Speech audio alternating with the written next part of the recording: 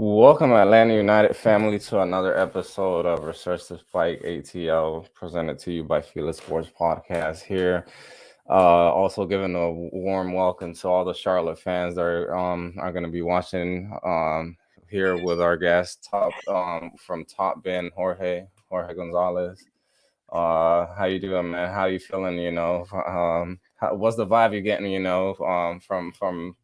From Charlotte, from these past couple games that you had?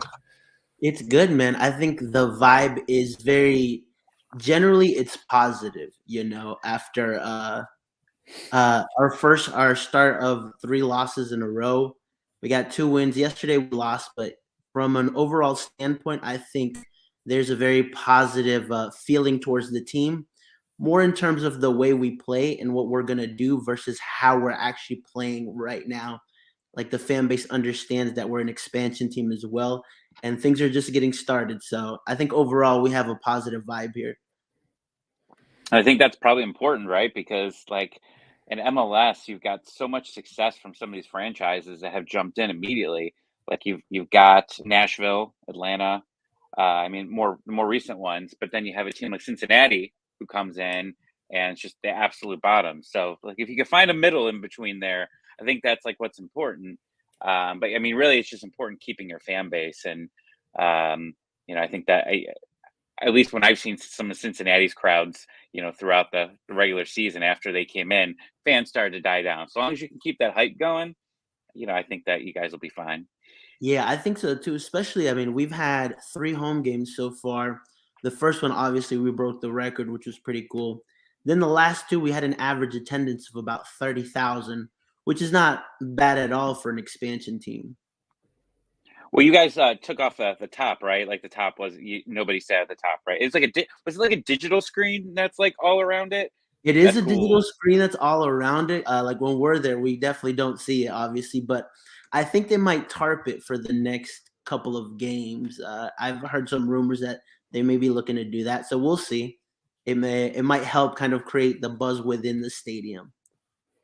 Something, that has really stuck out to me, man, like how you said, basically is what the coach is trying to implement into the team, man. I feel like the team is really getting to understand basically the idea that the coach wants to play with, basically, and that's important because, I mean, you like you said, you're an expansion team. You're not going to have these top quality guys right off the bat, but if you have an idea, or like, like a good foundation where you can start building that from, I feel like that's a good road to, that's going to end up leading to success basically down the road.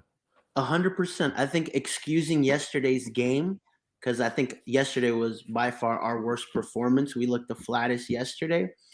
From our preseason games all the way up to FC Cincinnati, we've had a big progression. You can see our players are more comfortable in possession.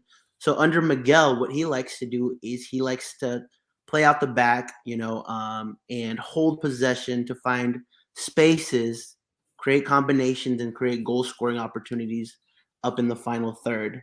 And I mean, it's a high risk, high reward system, right? And we saw the high risk yesterday where our goalie Kalina gave the ball playing out the back right to I can't remember the striker for Philly, and they just scored pretty much a tap in, which was a 2-0, was the second goal, and it kind of deflated us in the second half. So, but overall, you could start seeing that players are more comfortable playing within his system. Yeah, I mean, that's something that's gonna be important. MLS is a long season, and if also a lot can happen, throughout.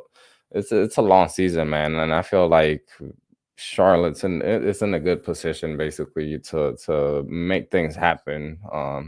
Yeah, You I think know, so too as well. I think like our three key players, I would say, have been our goalie, who made a mistake yesterday, but he's been so crucial for us the yeah. last 5 games. We have a young midfielder, our first MLS draft pick, in Ben Bender, who I think has the quality to eventually make the U.S. men's national team. And then we have a DP striker in Karol Swiderski, who, I mean, he's already shown the quality of striker he is. Scott already has 4 goals in the MLS. And I mean, I think those 3 positions, and we have other players that are kind of getting there as well. I think we have a solid foundation where if we stay within 7th and 10th and maybe, you know, add a couple more pieces in the summer, we have a realistic chance of at least trying to finish within that playoff spot. Yeah. So you brought up your striker. So now I think you might know what I'm going to ask you here. There was a lot of controversy. I wake up one morning and I see that he doesn't get assigned to the national team, and they're posting the letter from Charlotte. I don't even remember what you could probably fill in the holes here, but I don't know what team, national team he plays for. But I know he got hurt, Poland, and then he was able to play. So can you tell us a little bit about what happened there? So here's the thing. What happened was Charlotte sent a medical report to Poland letting them know that Swiderski would be out 1 to 2 weeks. Here's what I think happened. Poland made the decision, you know what, let him just stay there. And the player recovered within that week and started Saturday, our game against FC Cincinnati. And all the Poland fans were like, yo, what's going on? And them, to save face, posted that letter saying, hey, this is what we got from Charlotte. Because the next day, that same, it's not the, I don't remember who exactly from the Poland national team mentioned it, but say, hey, this is not us taking a dig at Charlotte. This is us letting you guys know why we made this decision, right? And so to kind of save face on their mess up, they posted that out. But of course, I don't know what it is with y'all fans base or the MLS fan base in general, where like the first thing was, hey, let's make this assumption, or like, let's attack Charlotte on this. And so, I mean, if the guy who actually posted the letter came out and said, hey, no fault in Charlotte, this was on us, everybody failed to see that, but everybody saw that very first post of, oh, Poland is putting out this message.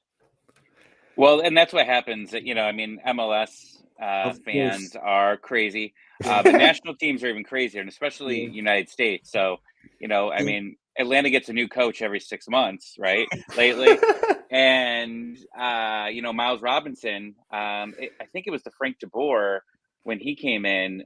It wasn't like a window where they had to send Miles Robinson. It was a new coach, so they wanted to, or maybe it was the Heinz. I don't remember. All the coaches now are just I'm getting mixed up with. But anyways, so he doesn't go to camp, and there was like someone else that wasn't released as well, and like everybody was like, "What's going on? How can you not send him to this camp?" And like this was just off like him getting hurt and like in a window, a transfer window, or a big window right before the playoffs. He gets hurt, so like. You know, U.S. national fans were going nuts about it, and then U.S. fans were upset because Miles didn't leave Atlanta United over the summer, right? Or over the winter. Like they were so upset that he didn't leave. And like people were like, Atlanta's holding Miles Robinson back. And it's like, you're insufferable. Like I basically just try to stay off Twitter. When it comes to the U.S. national team, it's the most toxic fan base around. Like they want to hate on everything. And it's only going to get worse. To a degree, you know what? I actually like how much stick we kind of get, because that lets us know people are watching us. You know, I'd rather be that like in the eye of the storm more often than not, than just be an irrelevant team that nobody cares about. Look, man, like the way that I feel it, man, it's like a family, man. You know, like the younger brother. It's like the younger brother always gets the BS. You know, he always is the one that gets smacked around and get blamed for everything. Like that's how it is, man. With the new expansion team coming in, I mean, that's the way. You know, the fans are always going to be like, you know, criticizing without a fact. But I mean, at the end, you know, it's just the results that are gonna show. I mean, like I said, I mean, you could tell that Charlotte's got a good idea of what they want to do. It's just the quality of the play, you know, is not there. But the idea is for even sure Miguel in his press conference said last week, which I really liked. He's like, we may not be the quality team we want to be just yet, but we're definitely a team that's going to be very difficult for every opposition to win against. And I even think you saw that against you guys where it took a last minute goal to beat us 2-1 in Atlanta, which we kept ourselves in that game as well. Yeah. I mean, Oh, we and know. that's Oh, we know. even going into next week. Even Atlanta, man, they haven't had the best of games, recently. I mean, we saw that last night. I mean, we haven't really had a chance to talk about that, but we didn't really have the best performance overall, but we still walked away with the 3 points. Last Three minute goal, stoppage time. Three stoppage time. Yeah, Either two winners and a tying goal. Like literally in like the last like minute of stoppage and all yeah, three. Like crazy. Like how it happens. But I mean that yeah, Charlotte game. Like you know when I watched that first half, I was like, we should be winning 6-0. yeah, But the goalie kept it in. Atlanta was just off. Like I know they were missing a lot of players, but it was like it was a frustrating game to watch. And then I felt bad for your goalie because he had such a great game, and then that game winner to go off one of the defenders' backs and like perfectly into the net. I was like, oh, he was just so upset, and I was like, I feel you, man. I feel you that you had a great performance there. for sure, for yeah, sure. yeah. Kalina is a monster, honestly, man. He's definitely gonna be up there like top goalkeepers this season, Yeah, man. you know what, He's man? I definitely can putting think up. of at least 6 1v1 scenarios that he saved us from. But that's what you get with Miguel's type of system. Like you need a goalie like that because they're always going to be in that high risk position, right? And so to have a guy like him who defensively, like if you're in that his back line, you're very comfortable with having a goalie like that. That if you mess up, he can save you from time to time. So Man, I wish we had that with Guzan, man. But sometimes, man, he just flops so badly. Well, I mean, whatever. He won us a championship. We got to give him his Yeah, retirement run here.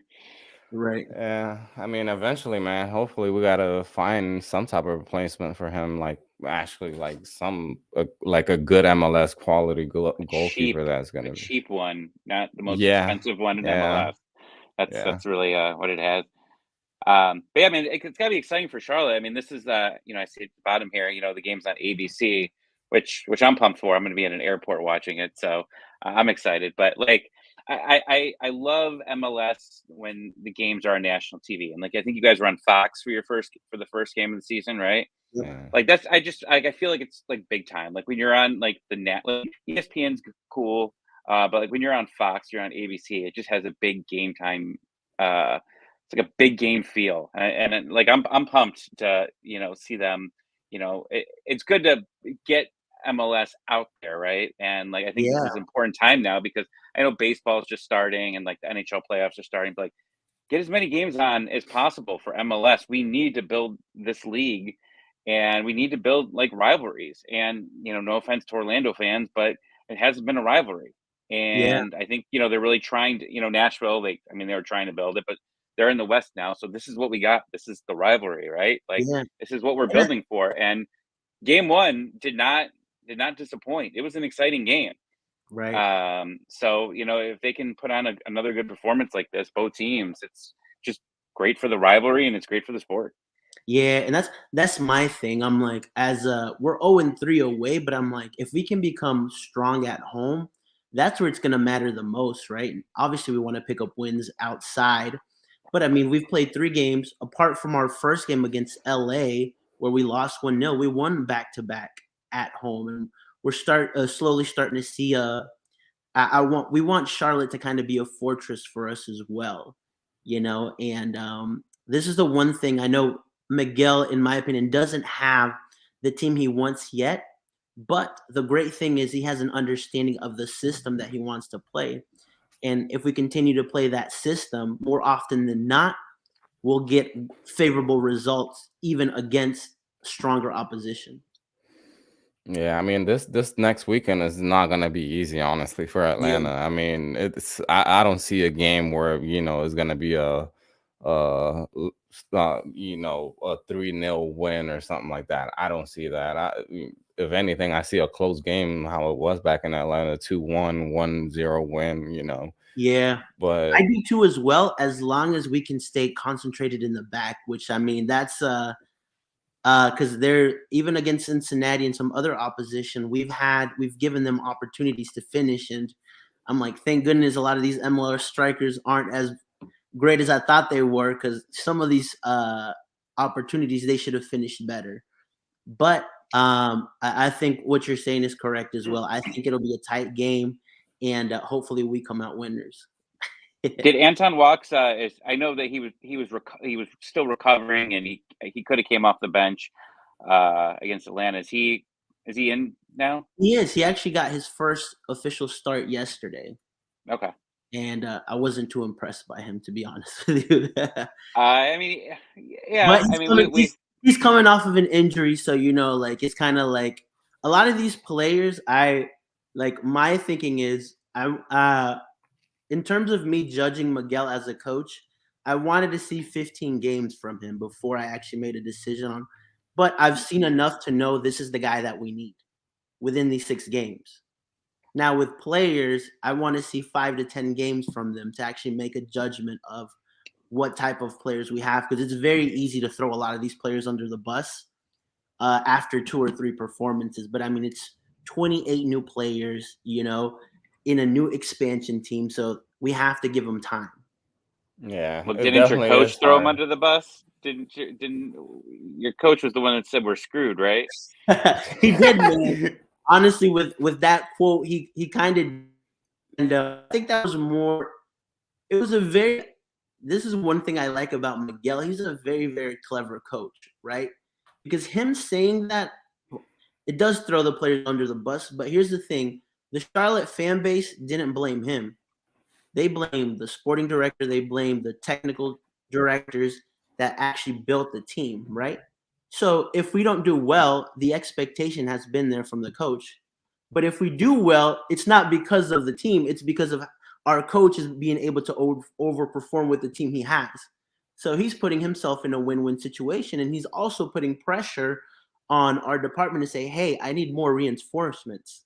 So We Yeah, don't it's know what like that's this. like in Atlanta. We don't know what that's The like. same thing I was about to say just now, man. It's like with the same thing with Boca, man. Like when he got Heinz last year, like dude, it was like everybody Boca's out, hashtag Boca out. That's what it was all on Twitter. That's all you saw.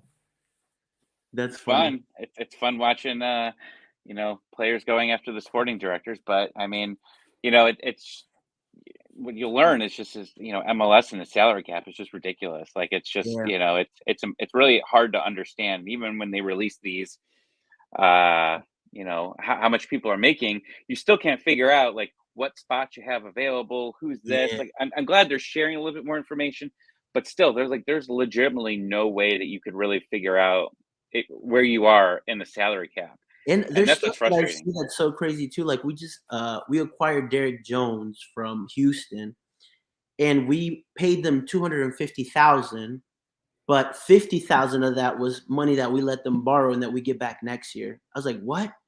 Like they're like, okay, we paid 200,000 for this player, but we're giving them 250,000, and they're gonna give us 250. I'm like, this is the. I was like, no other league stuff like this happens, right? Yeah. Yeah, stupid. It's just stupid game and all of that. It's ridiculous, and hopefully they'll Oh, have something that they could figure out that's easily explainable.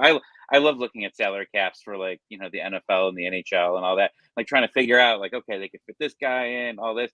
You can't do an those MLS. numbers It's are just like big, man. Those are like 6-figure, like not seven. Those are 7-figure, like you know, numbers.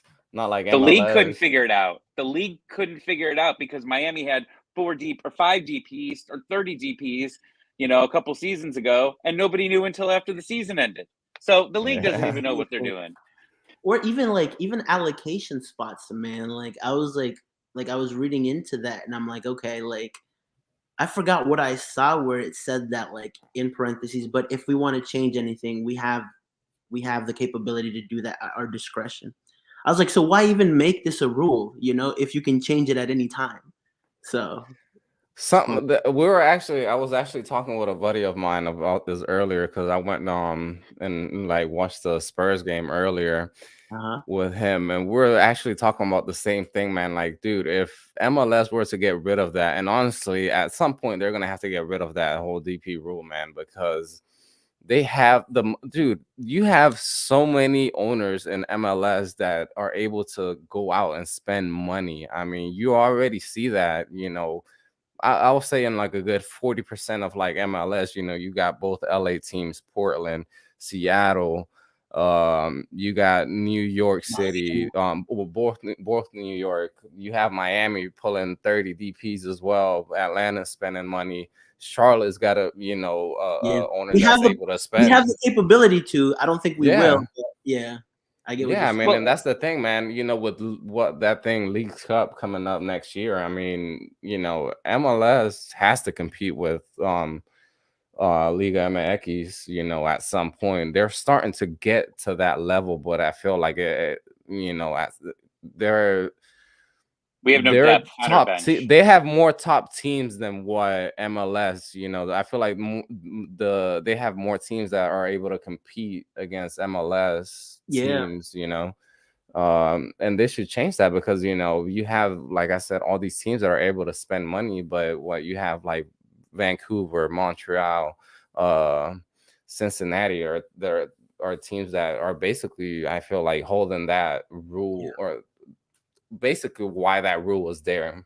Yeah. Well, you have teams that are cheap though. I mean, that like teams are like kind of behind the scenes, like saying, "Yeah, we want to spend, but we don't want to spend that much. So can we keep this rule?" And like, I think there's kind of like I mean, there's always some teams that don't want to look bad, and that's in every sport. Like you look at like baseball teams, right? Like there's no salary cap in baseball at all, and they're trying to avoid what happens in baseball. Like the Cleveland Indians have like a $30 million like team, the entire team, where like a player like Mike Trout makes more than the entire Cleveland Indians, and like they don't want to do things like that because I think they're just trying to avoid what the Premier League is, and it's usually the top 5 teams. The top 5, 6 spenders are always going to usually finish in the top 3. Like it's almost guaranteed every time, unless you just get some random team that goes on a miracle run. 100%, I agree with you. I think it was somebody from the Miami camp that said that as well. Like you just got some owners in the league that just aren't ambitious, man. So it's frustrating for sure. But like you see a team like Columbus that never spent, but they got new ownership. They saved the crew. A new people came in.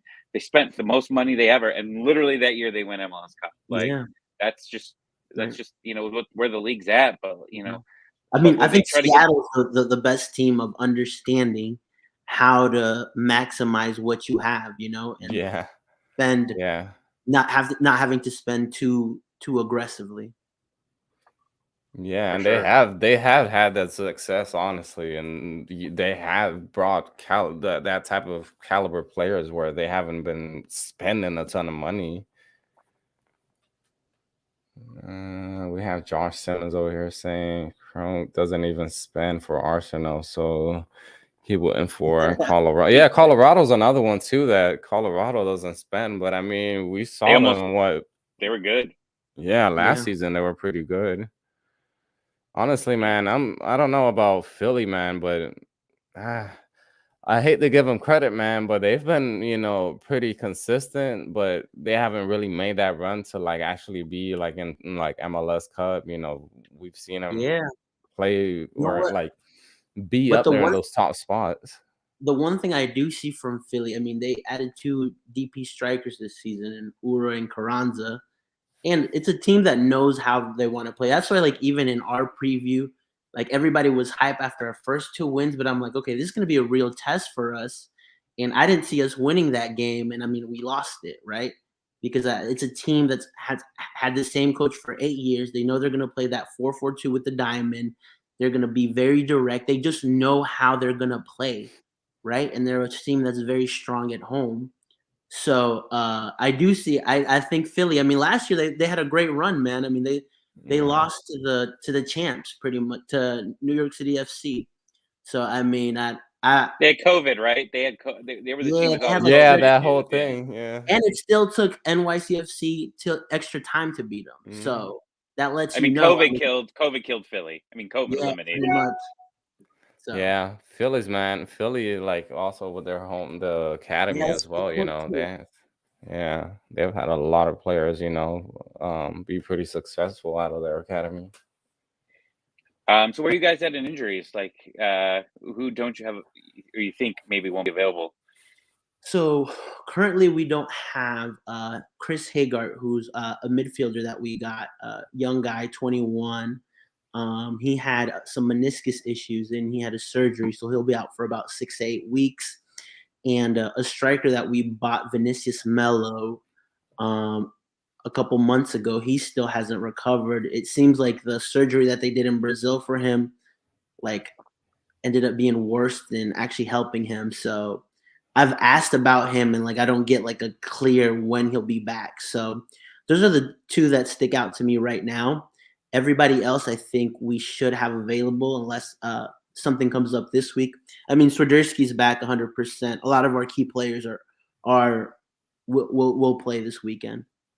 Cool. Yeah, We had 2 injuries that came yeah, in sounds pretty yesterday. 2 of our crappy. midfielders, Alonso and Josedu, which uh, I don't think. I think we might see Alonso maybe, but I think Rosetto's getting a MRI. I think they said so. That's never a good sign. Yeah. But we just got healthy. Like we literally just got healthy, and Yeah, now man.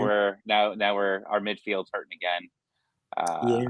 And then Almada has played what, 2 or 3 games now? I know he came in against us. Yeah, that was his Yeah, first start, and he's had 2 off the bench. Okay. Uh, you know, You know who I really like showing. from you guys? Marcelino Moreno. He's a beast, man. he's very underrated, honestly. Yeah, Yeah. he gets a lot of hate, honestly, from some fans, which is pretty stupid, just because he's like inconsistent. But he has been like The pretty games I've fucking seen him, he's solid, looked good. honestly. Even when the 2-1 that you guys beat us was an amazing ball that he did. Yeah, yeah, I don't yeah. I remember mean, who's Yeah, behind. all the way around. I was like, dude, I was like, bro, what a perfect pass. even last night, I mean, he had a pretty solid game. I know a lot of Did he people score judge the him, game winner? yeah, Yeah, he off a Okay. header from a corner kick, right? Okay. Well, I yeah, mean, Yeah, yeah. I don't watch Atlanta enough to let you know, but like the games I've seen him, I'm like, I like this guy. yeah. And No, that's like he's why like really been MLS pretty is really solid. good. Like Atlanta's really good at that because he was a DP. He came in as a DP a couple years ago during 2020, and they were able to immediately buy him down. Yeah. And then they got Franco, who was a DP, and then they bought him down. Like it's, I think that's been really a good way of they've been able to bring in some good players and start them up and then buy them down. And I And think it's been I think it's something fantastic. similar that we're implementing as well. Even like now that I think about it, that you asked me about injuries, our second designated player, Kamil Yazviak, he he we're waiting for him for his visa stuff so he can come to Charlotte. He was on an injury as well, but I think he's 100% now. So if he last week in Miguel's press conference, he said ideally he'd be back in a week, which was last Thursday. So if we can get him back within Monday through Wednesday of this week, there's a small chance that we might see him against Atlanta, maybe 10, 15 minutes, which would be great for us, you know? Yeah, Yeah. and we see Louise down here, our big DP, our Yeah. highest paid player. I mean, How it's long tough. is he out for?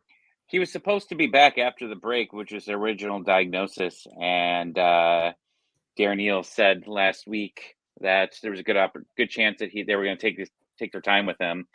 And who knows? I mean, it could be the same situation you just said, possibly where he could maybe play, 10, 15 minutes, maybe. But we got to see if he gets back to practice this week. But that would be huge if we'd be able to bring him into the lineup because I think once we get all these DPs in and playing together for a little bit, it's going to be special for sure. And You already know who? just seeing what Almada is, like what Almada's become, like I mean, it's been one full appearance and two. I think one was like 45 minutes and one was like 25, 30 minutes. He's improving with every game that he plays. He's getting comfortable. I mean, Yeah, and honestly, on top of that, you get that guys like Joseph Martinez, right? Sosa. I mean, I think your squad valuation, I think, is really high. Like, I think I saw it was like 85 million or something like that. And I'm like, wow, like that's impressive. And we still have one Yeah.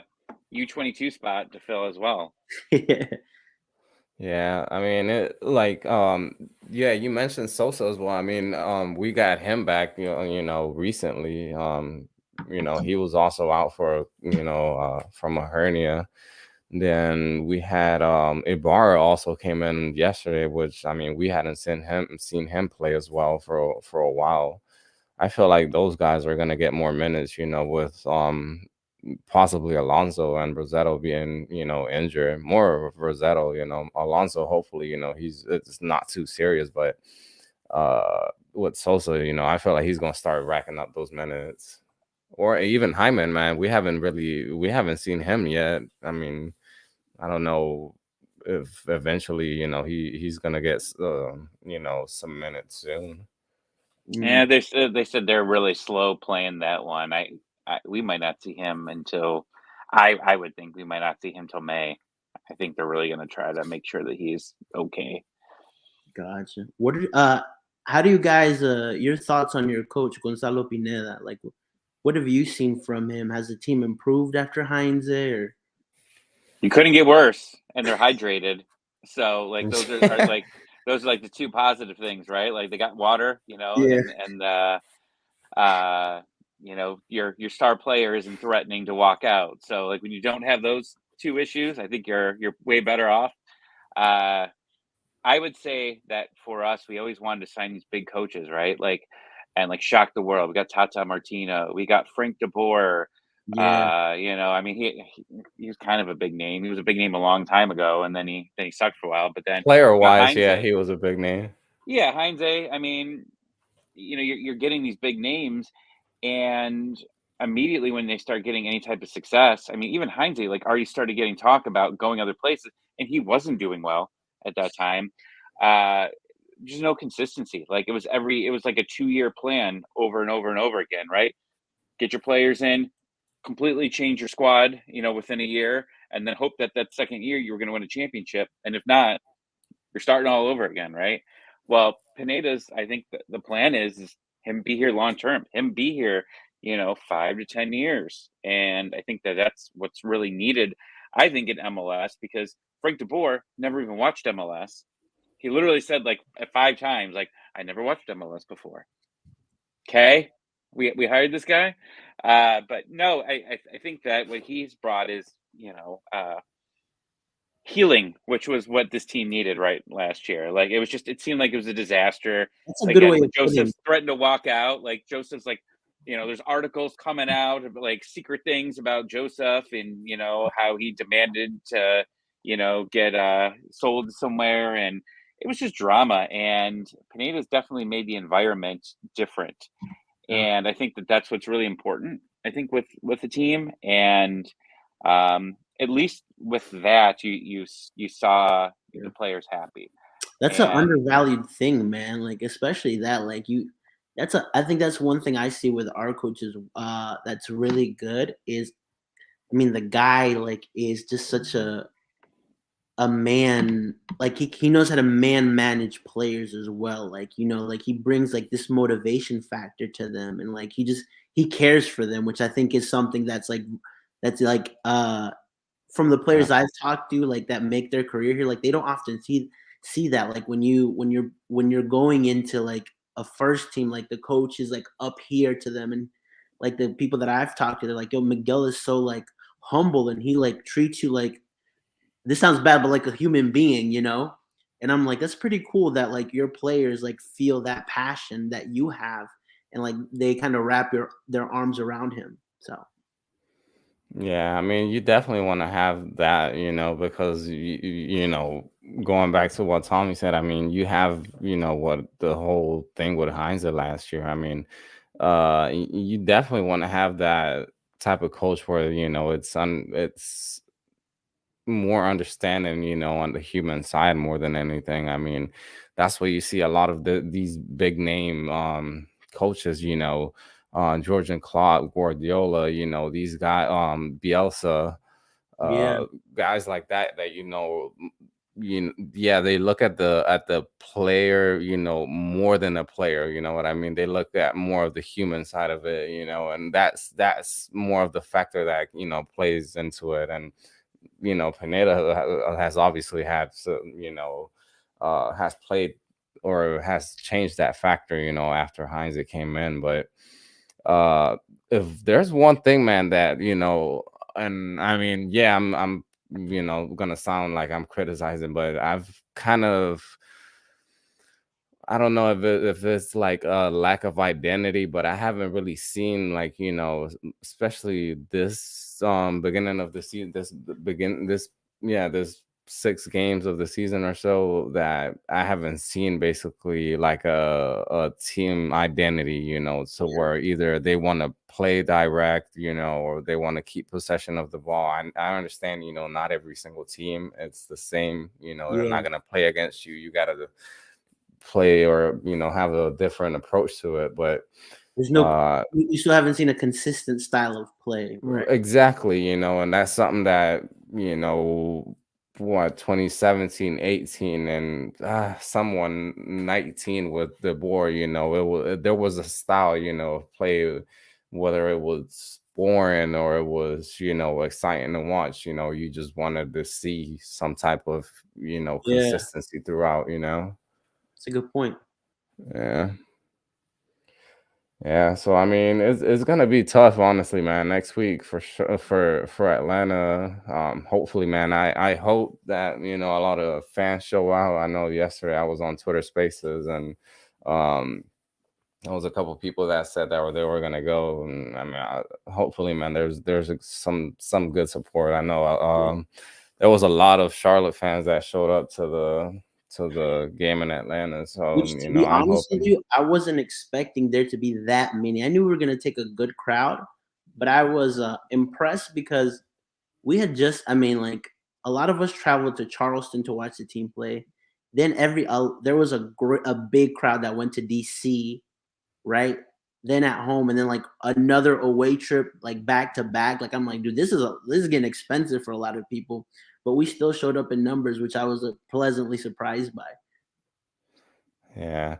Speaking of expensive, man, your guys' tickets are pretty pricey, man, compared to, like, a lot of other teams, man. They are, That's man. something that I feel like is gonna have to, change, unless you guys, start balling out, but like I feel like it's gonna have to, come down to the point where it gets affordable, man, because they Yeah. really are pricey.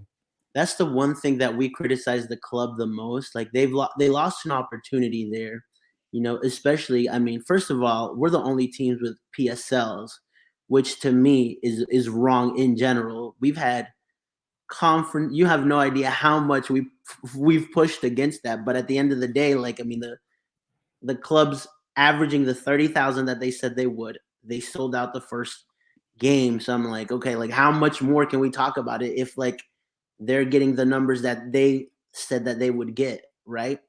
But yeah, like, even taking that off, we still have one of the highest pricings in terms of tickets in the league.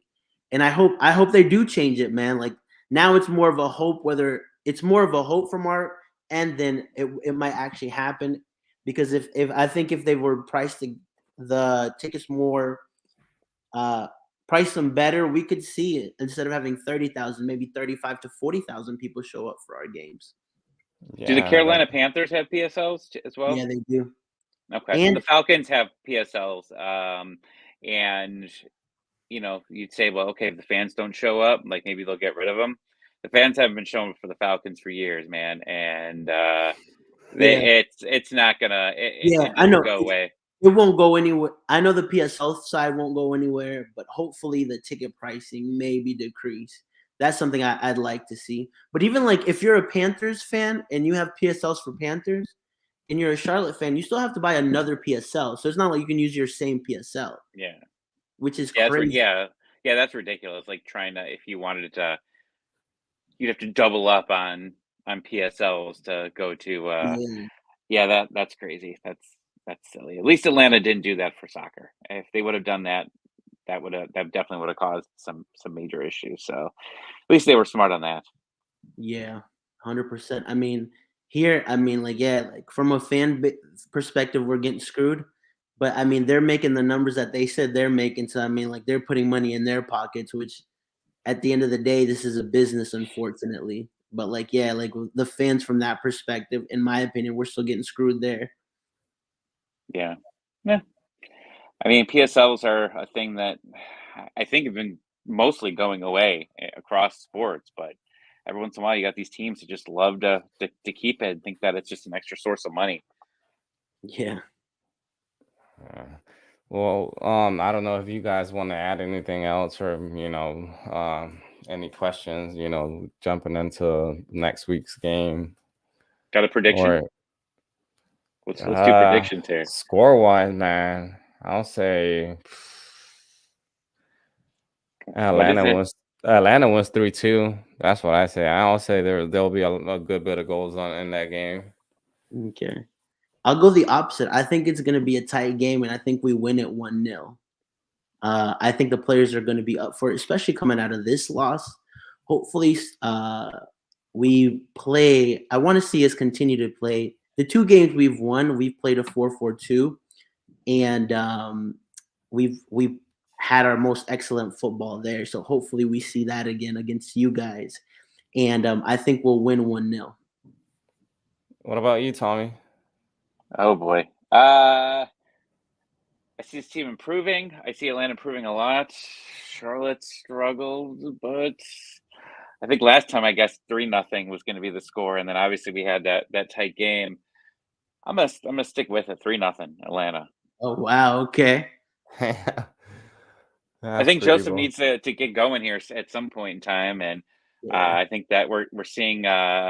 I mean, I know the midfield is going to be a little bit different than what it was this week, but I think that they're starting to get into their own here. And like you said, Moreno's just been fantastic. So we need a blowout here sooner or later. And this is definitely like this is we were talking about scheduling, and I know you guys obviously started off at least a little bit difficult right away with LA, but for us like the first 2 months like the schedule's like pretty easy at least when you look at it at the beginning of the season. And this month it's like what we got. We had DC, who I think has been overplaying. Then we got Charlotte, who's just still new, Yeah. and then you have we have Cincinnati. Cincinnati, and then we have Montreal, which is still pretty good, but they're It's a winnable game for you guys. yeah. I think that Montreal game is in Montreal. Yeah, that's a road. Yeah. So we got a lot of road games. As opposite to us, where like I feel like we've got screwed. LA, we play you guys twice. We play New England twice. We play Philly.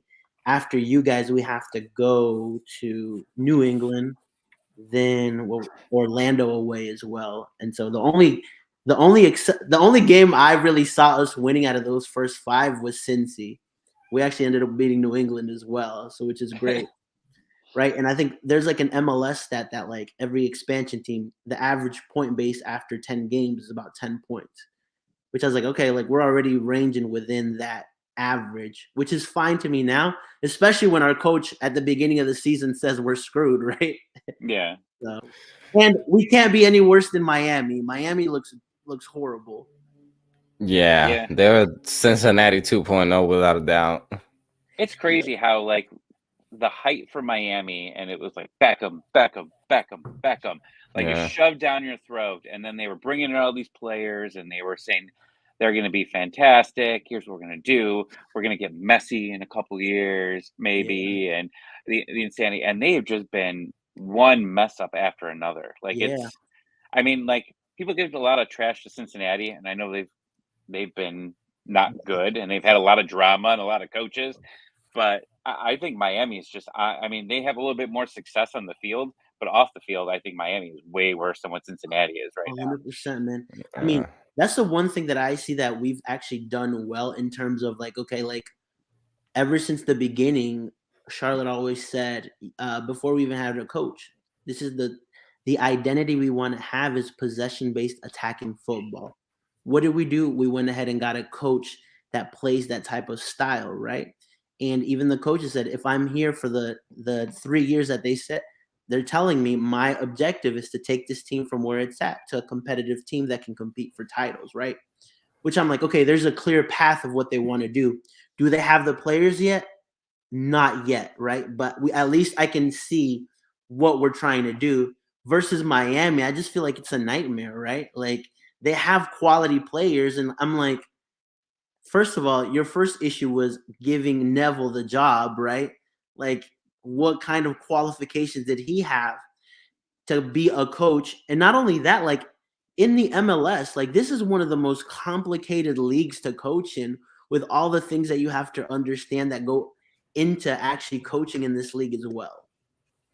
I Yeah. agree. Like the physicality, like I don't think that these coaches have come in and like I think Heinze and DeBoer are definitely examples of that. Like they came in and like didn't realize how physical MLS is.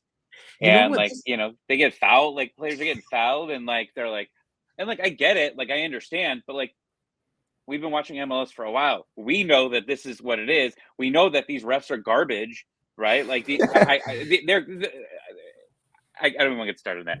But it's a garbage league as far as refereeing goes, and like these coaches come in, and it's like, yeah, you haven't watched MLS, like you did not take the test, you did not Yeah. take the test prior, like you don't know how the league works, and I think that's like just what's so important with finding a coach is like legitimately finding someone that's preparing themselves for the league. Like Tata Martino had a book of players like MLS that he was interested in, like he actually went out and like asked for some players, like he studied the league for a couple years before he got in. Wow. And, you know, Great. I think that's what Pineda, like, I mean, obviously he's played in MLS, he's coached in MLS, like, so it's like he knows what this league is all about and he Yeah. knows about the travel.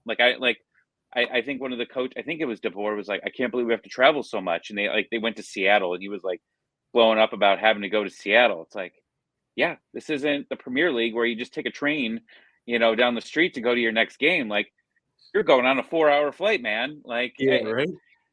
it's weird how some of these owners and sporting directors run their teams, and it's like they just don't understand the league. And I Yeah. think once you find the right player or the right staff that understand the league, like that just puts you levels above everybody else. Because like spending money's cool, but in MLS, if you spend money on one wrong person, it can completely destroy your roster. Jurgen Damm.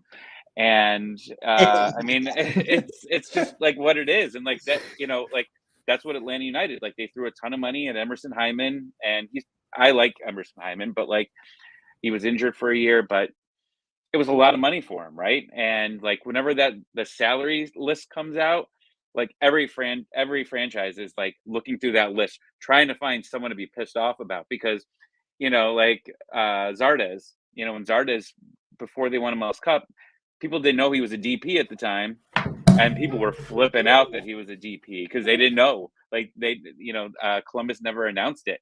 And yeah, I mean it's crazy, and he was terrible that year too. So like people were really freaking out about it, and now he sucks again. So thank God for that, right?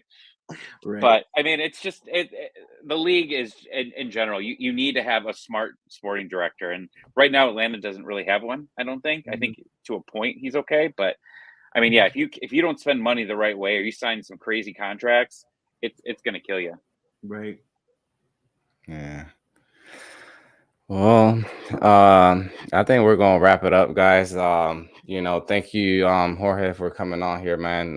If anybody wants to follow you, Top Ben 90 on Twitter.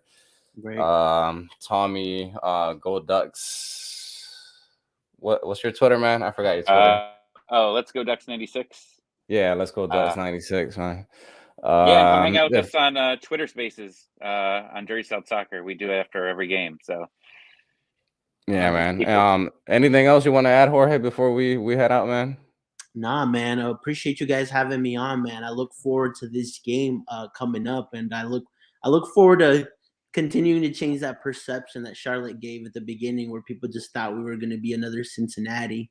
And I think people are slowly starting to realize that okay, like Charlotte's going to be a decent team. So hopefully we Yeah. can continue to do that.